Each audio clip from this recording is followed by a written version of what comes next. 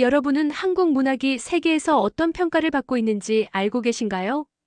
노벨 문학상 후보로 오르내리는 작가들, 세계 주요 대학에서 교재로 사용되는 작품들, 이제 한국의 이야기들이 낯선 타국의 독자들에게도 깊은 울림을 전하고 있습니다. 그 중심에는 한 명의 작가가 있습니다. 40이 넘어서야 글을 쓰기 시작했지만 한국인의 기억과 감정을 가장 섬세하게 담아낸 작가. 외국의 독자들이 이건 우리의 이야기이기도 하다고 감탄한 작가.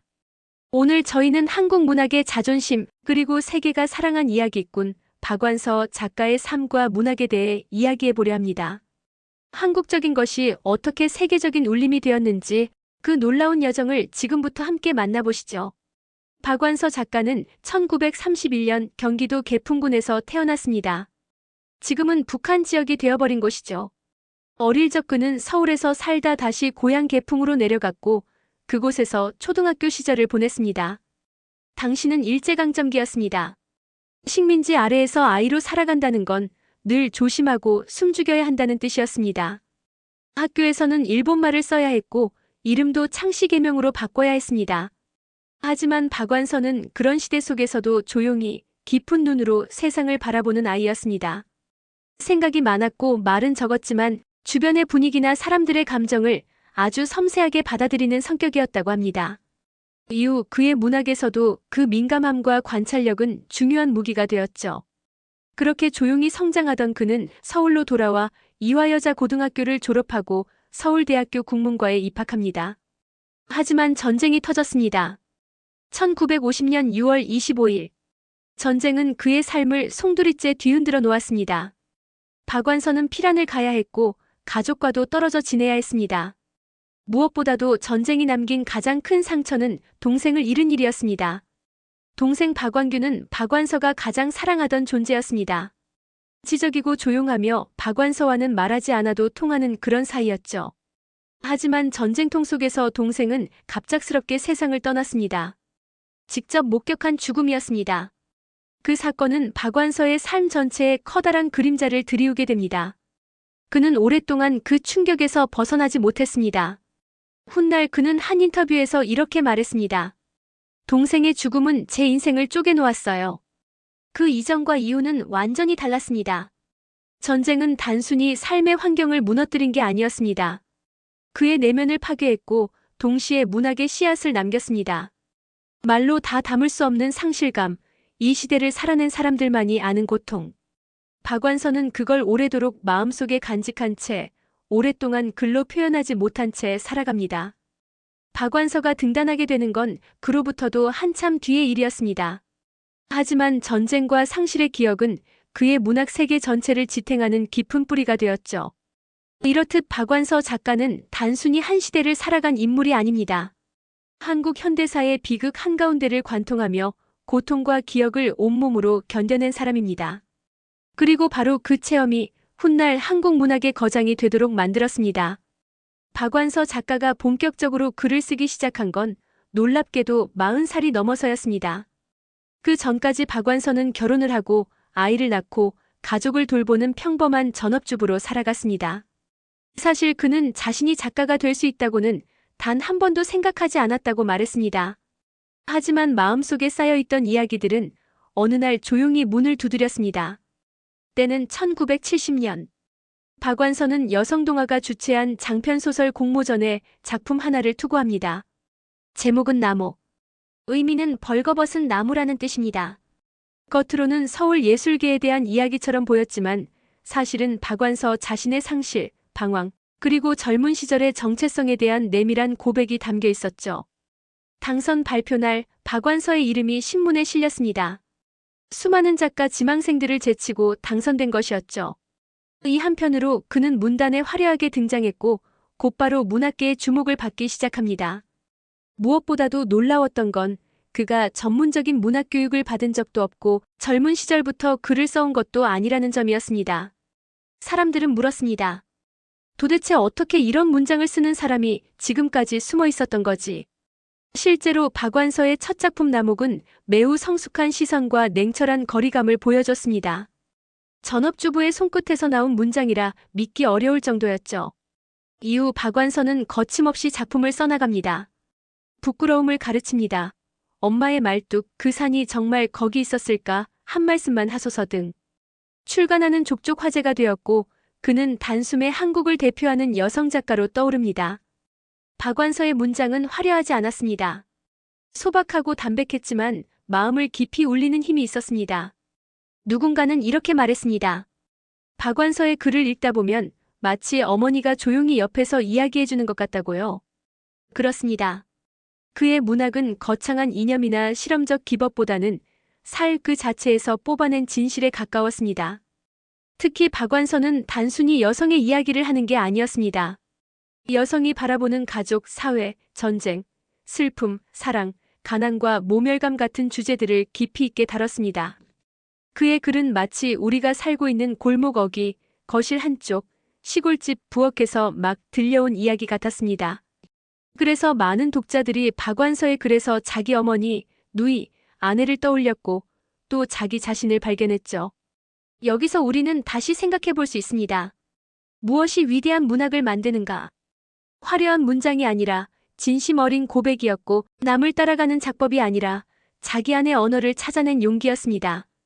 박완서가 40이라는 나이에 그것도 전업주부로 살던 사람이었음에도 단숨에 문학의 중심으로 들어설 수 있었던 건 그만큼 그 안에 살아있는 이야기가 강했기 때문입니다. 그는 스스로 말했습니다. 글을 쓸 수밖에 없었다고요. 이처럼 박완서 작가는 우리에게 중요한 메시지를 남깁니다. 문학은 특별한 사람만의 것이 아니라는 것. 누구나 자기 안의 이야기를 꺼낼 수 있다면, 그리고 그것이 진실하다면 사람들의 마음을 움직일 수 있다는 것. 그리고 그걸 실제로 해낸 사람이 바로 우리가 기억해야 할 이름 박완서입니다. 세계 어디에 내놓아도 부끄럽지 않은 한국 문학의 상징. 단순히 잘 쓴 작가가 아니라 시대를 품은 작가. 우리는 이런 사람을 한국인으로 두고 있다는 사실, 분명 자랑스럽게 여겨야 하지 않겠습니까? 박완서의 수많은 작품들 가운데에서도 단연 돋보이는 대표작이 있습니다. 바로 그 많던 싱하는 누가 다 먹었을까입니다. 이 책은 단순한 소설이 아닙니다. 박완서가 자신의 유년 시절과 젊은 시절을 되짚어 쓴 자전적 회고록이자 성장 소설입니다. 싱하라는 이름 낯설게 들릴 수도 있지만 사실은 풀입니다. 어릴 적 밭과들 어디에나 지천으로 자라던 흔한 식물. 가난한 시절 배를 채우기 위해 뜯어먹던 그 풀을 박완서는 작품의 제목으로 삼았습니다. 그 자체로 묻습니다. 그 많던 희망은 어디로 갔는가? 그 많던 사람들, 기억, 순수함은 다 어디로 사라졌는가? 이 책에는 일제강점기 말기부터 해방 그리고 625전쟁 전까지의 삶이 담겨 있습니다. 하지만 그것은 교과서에 나오는 역사가 아닙니다. 소년과 소녀의 눈에 비친 세상이죠. 어린 박완서가 가족과 함께 시골 고향 계풍에서 보냈던 시절, 서울에서 경험한 문화적 충격, 그리고 어른들이 만들어낸 어지러운 세상을 아주 섬세하게 풀어냅니다. 책을 읽다 보면 묘한 기분이 듭니다.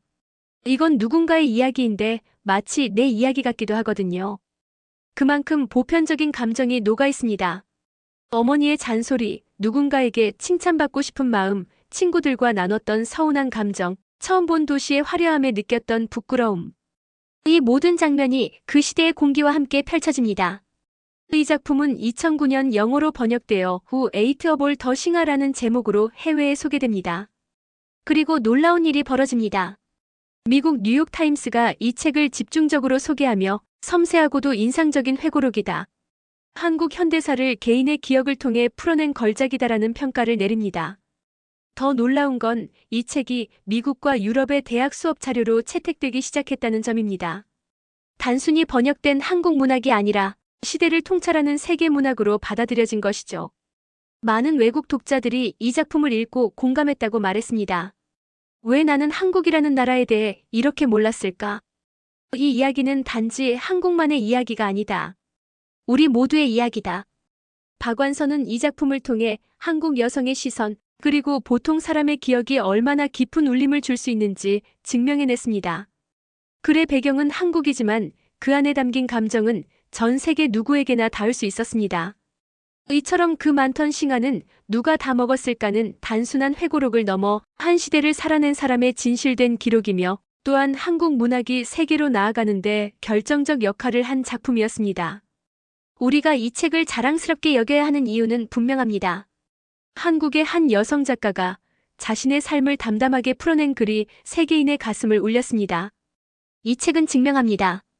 한국인의 기억과 정서, 언어는 충분히 아름답고 강하다는 것을 말입니다. 그리고 우리는 그런 작가를 가진 나라에 살고 있습니다. 그 많던 싱하는 누가 다 먹었을까는 단순히 한 권의 책으로 끝나지 않았습니다. 이 작품은 박완서라는 이름을 세계 문학계에 본격적으로 알리는 계기가 되었고, 그 이후로도 외국의 독자와 비평가들은 박완서 문학에 깊은 관심을 보이기 시작했습니다. 무엇보다 주목할 점은 그의 글이 번역되었을 때 그 감동이 전혀 줄어들지 않았다는 사실입니다. 보통은 언어와 문화의 장벽이 있기 마련이죠. 하지만 박완서의 글은 달랐습니다. 그가 묘사한 장면들, 그가 느꼈던 감정들은 외국 독자들에게도 명확하게 전달되었습니다. 이유는 분명합니다.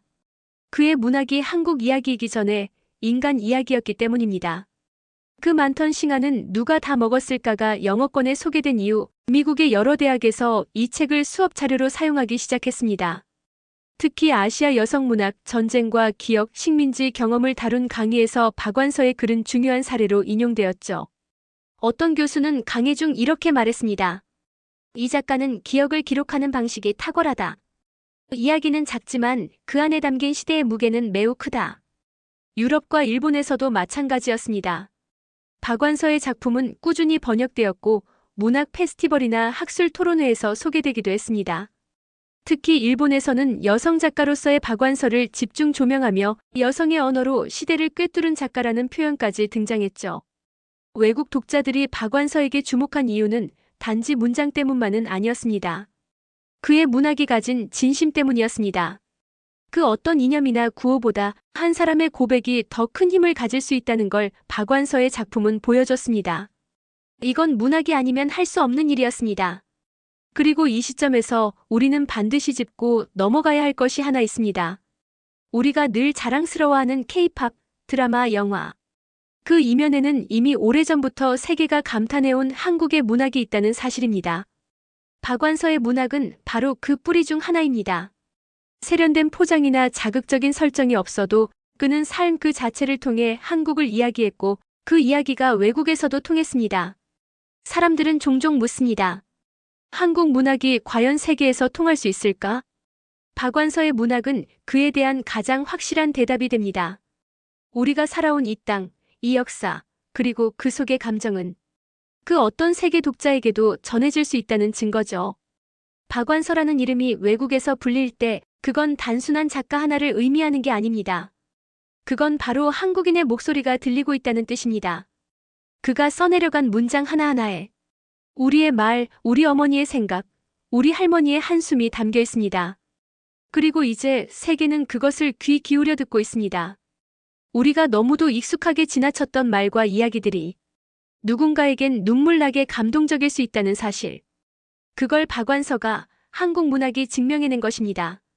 박완서의 문학은 결코 요란하지 않았습니다. 화려한 수사도 없었고 복잡한 플롯도 없었죠. 하지만 이상하게도 그 글을 읽고 나면 마음 한구석이 오래도록 울립니다. 조용히 내려앉은 문장이었지만 그 여운은 아주 깊었습니다. 사람들은 처음엔 잘 느끼지 못하다가 몇 페이지를 넘기고 나면 점점 빠져듭니다.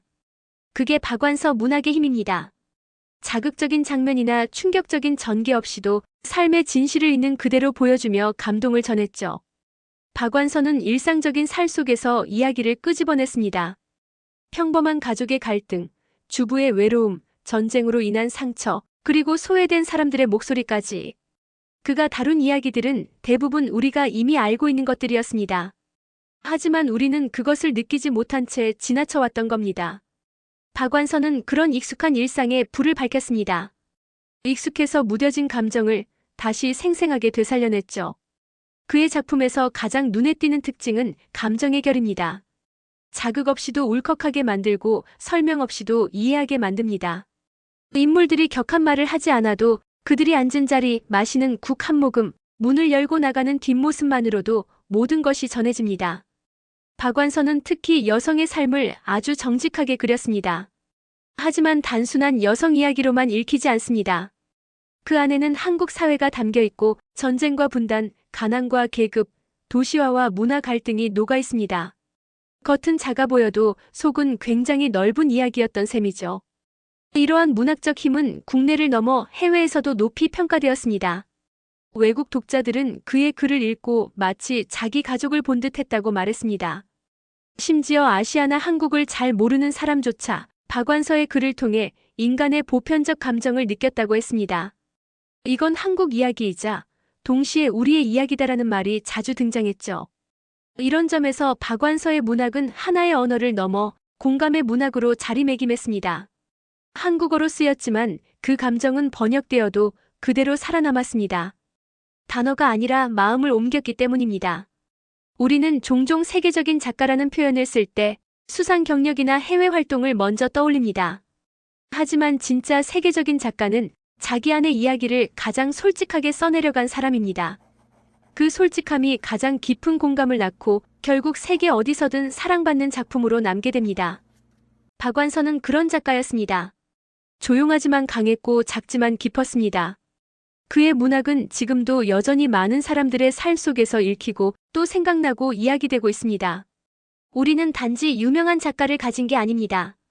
우리는 세상이 귀를 기울이는 목소리를 가진 작가를 가진 나라입니다. 그 점에서 박완서는 한국 문학의 자존심이자 한국인의 마음을 대변하는 위대한 이야기꾼이었습니다. 우리는 지금까지 박완서라는 한 작가의 삶과 문학을 따라왔습니다. 그 여정은 거창하지 않았습니다. 북한 땅계풍에서 태어나 전쟁을 겪고 슬픔 속에서 삶을 이어가며 결혼과 육아, 일상의 평범함 속에 잠시 자신을 잃었던 여성. 하지만 그 평범함 속에서 박완서는 자신만의 언어를 찾아냈습니다. 삶을 꿰뚫는 통찰, 말하지 않아도 알 수 있는 감정, 그리고 누구보다 조용히 묵직하게 세상을 바라보는 눈을 지닌 사람이었습니다. 우리는 종종 세계에서 인정받는 사람을 이야기할 때 스포트라이트를 받는 인물들만 떠올립니다. 하지만 박완서가 보여준 건 다릅니다. 세상이 알아채기 전부터 그는 이미 깊고 넓은 이야기를 써내려가고 있었습니다. 영어권에서 번역된 그의 작품은 문학을 공부하는 학생들에게 한국 현대사를 이해하는 창이 되었고 문화와 언어가 다른 독자들에게도 감정이라는 더 큰 언어로 다가갔습니다. 그렇다면 우리는 이 질문을 스스로에게 던져야 합니다. 왜 박완서의 글이 세계에서 통했을까요? 그 이유는 단 하나입니다. 진실했기 때문입니다. 억지로 꾸미지 않았고 남의 시선을 의식하지 않았으며 자신이 보고 느낀 것을 가장 솔직하게 써냈기 때문입니다. 박완서는 말했습니다. 내가 살아온 이야기가 누군가의 마음에 닿을 수 있다면 그것만으로도 글을 쓸 이유는 충분하다고요. 바로 그 지점에서 우리는 한국 문학의 진정한 위대함을 봅니다. 그것은 어떤 특정 장르나 기술을 넘어서 삶과 사람, 기억과 감정을 깊이 있게 담아내는 힘입니다. 지금도 세계는 한국의 음악, 드라마, 영화에 열광하고 있습니다. 하지만 그 흐름 아래에는 이미 오래전부터 자신의 목소리로 한국을 이야기해온 작가들이 있었습니다. 박완서는 그 중심에 서 있는 인물입니다. 그는 거창한 구호 대신 식탁에 놓인 반찬처럼 다 쓰다듬은 손등처럼 익숙하고 따뜻한 이야기를 전했습니다. 그리고 그 이야기가 결국 국경을 넘어 전해졌습니다. 가족과 여성, 전쟁과 사랑, 슬픔과 희망. 이 모든 것을 조용히 기록한 그의 문장은 이제 한국 문학의 귀중한 유산이자 세계가 인정한 이야기로 남아있습니다. 우리가 자랑스러워해야 할 이유는 분명합니다. 그는 한국인이었고 한국어로 글을 썼으며 그 글로 세계를 감동시켰습니다. 지금 우리가 말하는 한국적 감성의 원형, 그 중심에 바로 박완서가 있었습니다. 이제 여러분도 기억해 주시길 바랍니다. 조용하지만 강했던 한 사람, 우리 문학의 자존심이자 세계를 울린 한국인의 목소리. 그 이름 박완서. 그는 결코 사라지지 않을 이야기로 우리 곁에 살아있습니다. 지금까지 한국 문학의 깊이와 아름다움을 전 세계에 알린 박완서 작가에 대해 소개해드렸습니다. 한 사람의 문학이 이렇게까지 세계에 감동을 줄 수 있다는 것, 그리고 그 작가가 바로 우리나라 사람이라는 사실, 저는 그것이야말로 한국이 문화 강국으로 성장한 중요한 증거라고 생각합니다. 여러분은 어떻게 느끼셨나요? 우리 곁에 있었지만 미처 몰랐던 이 위대한 이름, 박완서. 이제는 더 많은 사람들이 기억하고 자랑스러워해야 할 때입니다. 마지막으로 박완서 작가님. 저의 학창시절 마음을 풍성하게 해주셔서 감사합니다. 항상 기억하겠습니다.